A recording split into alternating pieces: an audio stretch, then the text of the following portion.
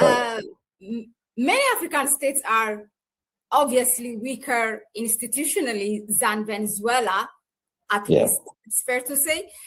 If this can happen there, as you said, it can definitely happen in Africa. So why shouldn't the African leaders, or I mean, leader is a heavy word, or heads of states, past or present, see this as a warning and do something about it? As we speak, 99% are just silent.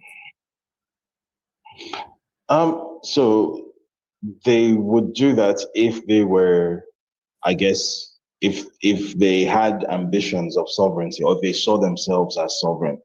Not many African leaders or heads of states, we can't really call them leaders, they're not leading anything, but heads of states, not many African heads of states actually think of themselves as heads of states. They think of themselves as almost middle management because somebody put them there. So the few who see themselves as sovereign, those are the few who we've already spoken about, who they've actually spoken out, or they've put out some sort of communication that has showed very well that they see themselves as sovereign leaders of sovereign countries.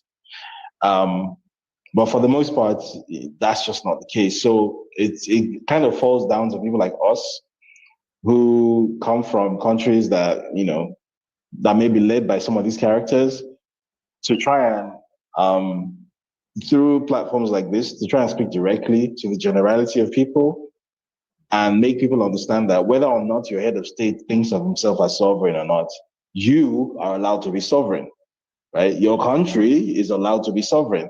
The fact that a foreign entity placed a puppet head of state at the head of your government doesn't mean that you have to be a puppet. You can be sovereign, right? You can assert some measure of sovereignty, at the very least, through some sort of opposition to this, ongoing order. So that's kind of where we are right now.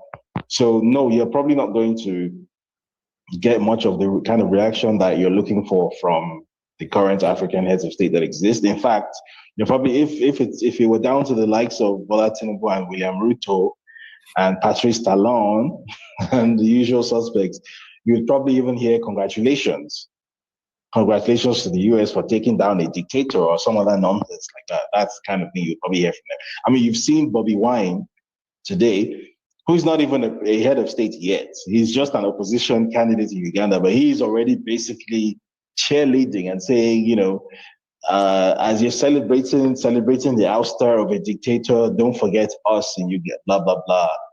So it's clear. I mean, we know what constituency Bobby Wine represents. We know who is behind him. We know exactly what he's about. And so that's not a surprise. Who is meeting? Yeah. Exactly. So that's not a surprise. But yeah, it wouldn't surprise me if in the coming few days we're actually going to get more of those kinds of reactions from actual sitting heads of states, even in the face of public condemnation or dismay from their own people, because unfortunately, it's not the people who put them there. Just to add on that one, by the way, Somaliland, before even becoming a state, has congratulated and shown their support to what US has done against Venezuela. Shock, gasp. Oh my God.